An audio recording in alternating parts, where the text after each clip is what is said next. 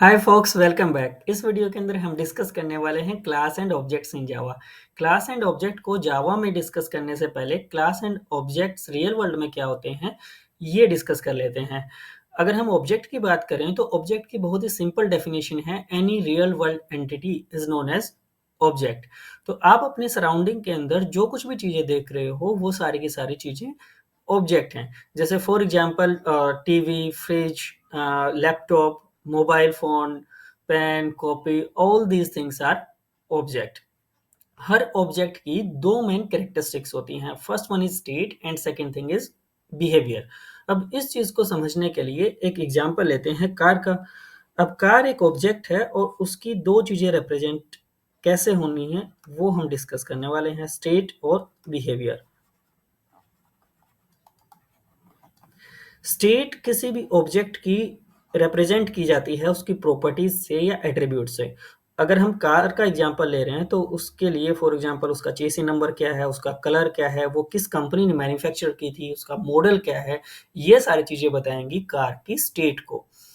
और कार जो है क्या एक्शन परफॉर्म कर रही है किसी पर्टिकुलर इवेंट के ट्रिगर होने के ऊपर, वो चीजें आपकी बताएंगी उस ऑब्जेक्ट के बिहेवियर को। फॉर एग्जांपल आपने एक्सेलरेटर दबाया तो उसके बाद कार की स्पीड बढ़ जाएगी, तो ये जो चीज है ये कहलाएगी बिहेवियर।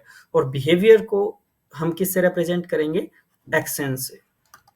तो एक्शंस आपके बिहेवियर बताएंगे और प्रॉपर्टीज स्टेट बताएंगी। ओके, अब हम बात करते हैं क्लास की। अगर आप कार के किसी एक पर्टिकुलर ऑब्जेक्ट को, मतलब किसी पर्टिकुलर कार के बारे में ना सोच करके सिंपल एक ब्रॉडर टर्म कार के बारे में सोचो, तो आपके दिमाग में एक ब्लूप्रिंट आएगा कि कोई एक व्हीकल है जिसके 4 व्हील्स होते हैं और उसके अंदर कुछ कुछ ये एक्शंस परफॉर्म कर सकते हैं, इस तरह की शेप होती है, तो उसको हम कार बोलते हैं। तो इसका मतलब जो क्लास है, जो एक ब्रॉडर टर्म है, वो एक ब्लूप्रिंट को रिप्रेजेंट करती है। और जितने भी ऑब्जेक्ट होंगे उस ब्लूप्रिंट के, वो सारे के सारे वो सेम ब्लूप्रिंट को फॉलो करेंगे। इसका मतलब ब्लूप्रिंट क्या है? कॉमन कंपोनेंट्स को रिप्रेजेंट करती है, और वो कॉमन कंपोनेंट्स हर किसी ऑब्जेक्ट के अंदर जो भी उस क्लास का ऑब्जेक्ट होगा उसके अंदर होंगे। तो अगर हम क्लास की बात करें तो क्लास क्या हो गया? एक ब्लूप्रिंट हो गया। Okay, to create the objects. और इस ब्लूप्रिंट के अंदर कुछ कॉमन कंपोनेंट होंगे जो कि उस क्लास के सारे ऑब्जेक्ट्स में अवेलेबल रहेंगे। अब डिस्कस करते हैं कि क्लास और ऑब्जेक्ट्स को जावा के अंदर किस तरह से इंप्लीमेंट किया जा सकता है। सबसे पहले लेते हैं क्लास, क्योंकि अगर आपको ऑब्जेक्ट क्रिएट करना है तो उसके लिए सबसे पहले आपको ब्लूप्रिंट चाहिए। ओके, अगर क्लास आपको जावा के अंदर बनानी है तो सबसे पहले आप बताओगे एक्सेस मॉडिफायर। एक्सेस मॉडिफायर जो आप यूज कर सकते हो एक क्लास के लिए जावा के अंदर, वो हो सकते हैं आइदर डिफॉल्ट या फिर पब्लिक। अगर कोई भी आप एक्सेस मॉडिफायर एक्सप्लिसिटली नहीं बताते हो सिस्टम को, तो डिफॉल्ट जो है वो एक एक्सेस मॉडिफायर इम्प्लिसिटली यूज कर लिया जाएगा उस क्लास के लिए। उसके बाद आपको यूज करना है क्लास, जो कि एक कीवर्ड है, और उसके बाद क्लास का नाम, और ये क्लास की बॉडी। और इस क्लास बॉडी के अंदर आप बताओगे स्टेट और बिहेवियर। अगर आप स्टेट की बात करें तो स्टेट जो है वो रिप्रेजेंट की जाती है डेटा मेंबर्स से, और जो बिहेवियर है या फिर एक्शंस हैं वो रिप्रेजेंट किए जाते हैं मेथड से प्रोग्रामिंग के अंदर। ओके, अब आपने क्लास के अंदर डेटा मेंबर्स या मेथड्स की हेल्प से स्टेट और बिहेवियर डिफाइन कर दिया। अब इंडिविजुअल इस क्लास का ऑब्जेक्ट आप किस तरह से बनाओगे वो चेक कर लेते हैं। जावा के अंदर मल्टीपल वेज के साथ में आप कोई ऑब्जेक्ट किसी क्लास का क्रिएट कर सकते हो। हम अभी जो डिस्कस करने वाले हैं वो मोस्ट कॉमनली यूज्ड मेथड है कोई ऑब्जेक्ट क्रिएट करने के लिए। अब उसको समझने के लिए हम एक सिंपल स्टेटमेंट समझ लेते हैं पहले, जो हमने यूज़ की थी प्रिमिटिव टाइप, जो डेटा टाइप थे, उसका कोई अगर हमें वेरिएबल क्रिएट करना है और उसको इनिशियलाइज़ करना है, तो उसके लिए हमारा जो जावा के अंदर सिंटैक्स था, वो क्या था? सबसे पहले आप क्या बताते हो? डेटा टाइप, फिर वेरिएबल नेम और उसके बाद वैल्यू। अब ये वैल्यू जो है किस टाइप की होगी, वो डिपेंड करती थी डेटा टाइप के ऊपर। अभी तक जो हमने डेटा टाइप्स की बात करी थी, वो थे प्रिमिटिव, और एक और टाइप हमने डिस्कस किया था, नॉट इन डिटेल, बस डिस्कस किया था कि जो आपके डेटा टाइप्स हैं जावा के अंदर, वो प्रिमिटिव और नॉन प्रिमिटिव होते हैं। तो जो आपकी क्लास होती है, वो क्लास जो है वो नॉन प्रिमिटिव डेटा टाइप होती है।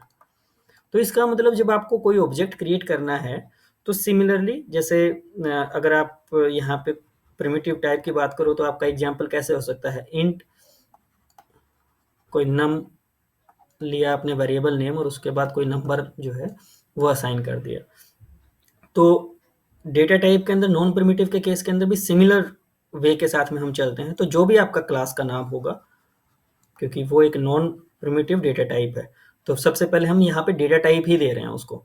उसके बाद जो है वेरिएबल नेम, वेरिएबल नेम के लिए क्लास के केस में आप ऑब्जेक्ट नेम बोल सकते हो इसको, ठीक है? तो ऑब्जेक्ट, जो भी आप ऑब्जेक्ट का नाम देना चाहो, इक्वल्स, और उसके बाद आप वैल्यू देते थे।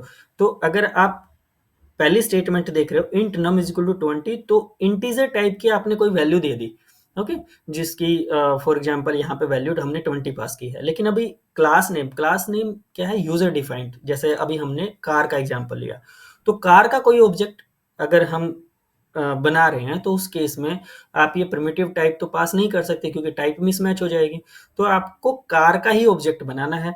अब उसके लिए जो सिंटेक्स है जावा के अंदर, वो क्या है कि सबसे पहले आप न्यू कीवर्ड का यूज करोगे, और उसके बाद जो भी आपके पास क्लास का नाम हो, ठीक है? हम सिंटेक्स लिख रहे हैं, तो I am writing class name here. जब एक्चुअली में हम प्रोग्रामिंग करेंगे, तो जो भी क्लास का नाम होगा, वो उस क्लास नेम से हम यहाँ इस टेक्स्ट को रिप्लेस कर देंगे, और उसके बाद ये ब्रैकेट्स, ओके। और क्लास नेम को जब आप इस ब्रैकेट्स के साथ में लिखते हो, तो इसको हम बोलते हैं कंस्ट्रक्टर। अब ये कंस्ट्रक्टर क्या होता है, ये हम डिस्कस करेंगे नेक्स्ट वीडियो के अंदर। अभी आप इतना समझ लो कि जब आप न्यू कीवर्ड के साथ में क्लास नेम को ब्रैकेट्स के साथ में यूज करते हो, तो आपका उस पर्टिकुलर क्लास के लिए एक नया ऑब्जेक्ट क्रिएट हो जाएगा, okay. Now let us discuss class and objects in Java with the help of an example. एक क्लास क्रिएट कर लेते हैं।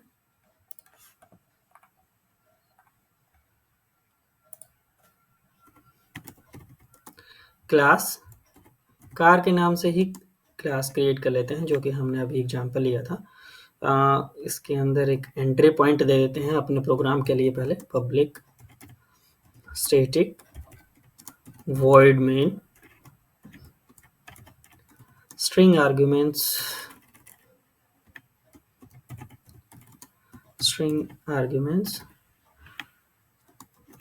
ओके। अब हम कार की बात कर रहे हैं, तो हमें क्या बताना है?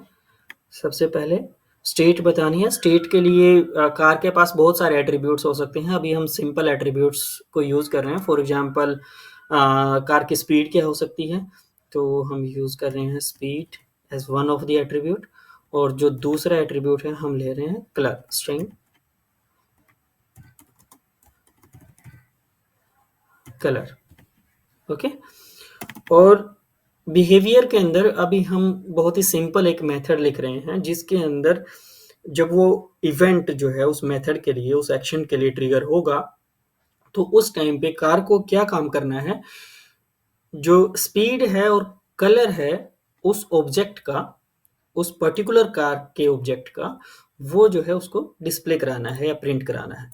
तो हम एक सिंपल एग्जांपल लेते हैं, पब्लिक, और कोई सॉरी रिटर्न नहीं कराते हैं, कोई रिटर्न टाइप हमने यहाँ पे वॉइड लिया है, रिटर्न नहीं कराना, हम यहाँ पे डिस्प्ले करा देंगे, प्रिंट करा देंगे इन दोनों वैल्यूज को, स्पीड को और कलर को।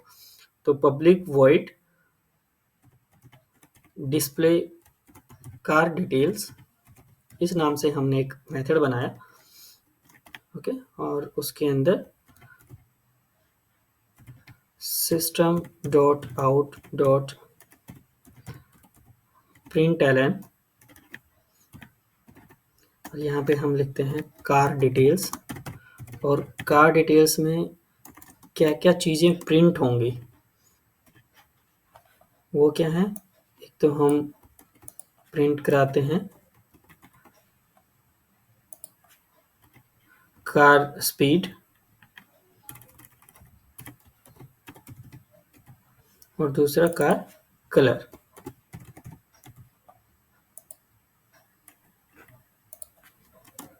ठीक है, स्पीड के साथ में हमने स्पीड वेरिएबल ले लिया, जिससे स्पीड की वैल्यू, एक्चुअल जो भी स्पीड की वैल्यू उस ऑब्जेक्ट के लिए होगी वो प्रिंट होगी।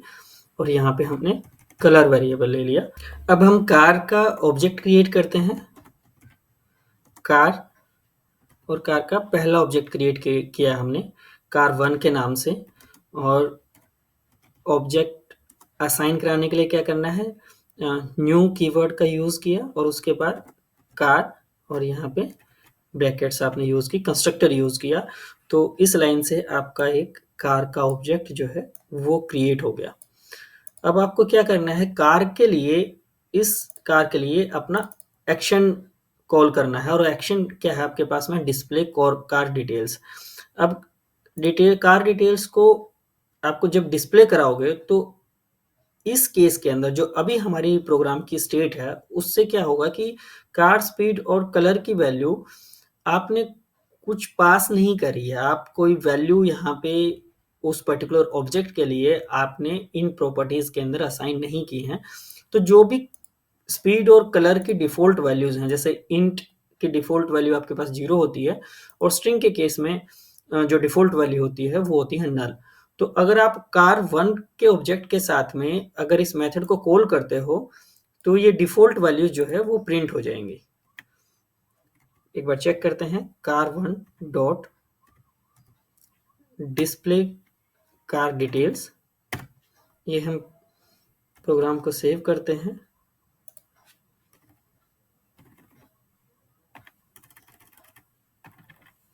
कार डॉट टेस्ट के नाम से हमने प्रोग्राम को सेव किया, और उसके बाद एग्जीक्यूट करते हैं।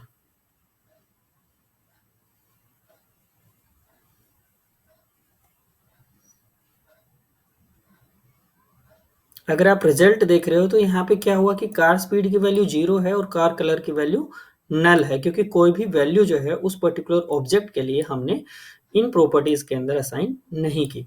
तो इसके लिए क्या करते हैं कि यहाँ पे मेथड को पैरामीटराइज्ड मेथड बना देते हैं, जहाँ पे हम वैल्यू लेते हैं इंट स्पीड और दूसरी स्ट्रिंग कलर। और जब आप इस मेथड को कॉल कर रहे हो तो उसको बता दो कि ये जो car1 का जो ऑब्जेक्ट है उसकी स्पीड और उसका कलर क्या है। तो फॉर एग्जांपल आपकी स्पीड है 200 फॉर car1, और जो कलर की वैल्यू है वो है वाइट। अब इसको सेव कराते हैं और उसके बाद रन कराते हैं, तो आप देखोगे कि स्पीड जो है वो 200 हो गई है और जो कलर है आपका वाइट हो गया। अभी हमने डिस्कस किया था कि कार क्लास जो है वो एक ब्लूप्रिंट की तरह काम करती है। तो इसका मतलब आप मल्टीपल कार के ऑब्जेक्ट्स बना सकते हो। अभी हमने एक ऑब्जेक्ट बनाया, अगर हम दूसरा ऑब्जेक्ट बनाना चाहें या फिर n नंबर ऑफ ऑब्जेक्ट बनाना चाहें कार क्लास के, तो वो हम क्रिएट कर सकते हैं। इसको चेक करने के लिए एक और ऑब्जेक्ट बना लेते हैं कार का, car2 is equal to new car.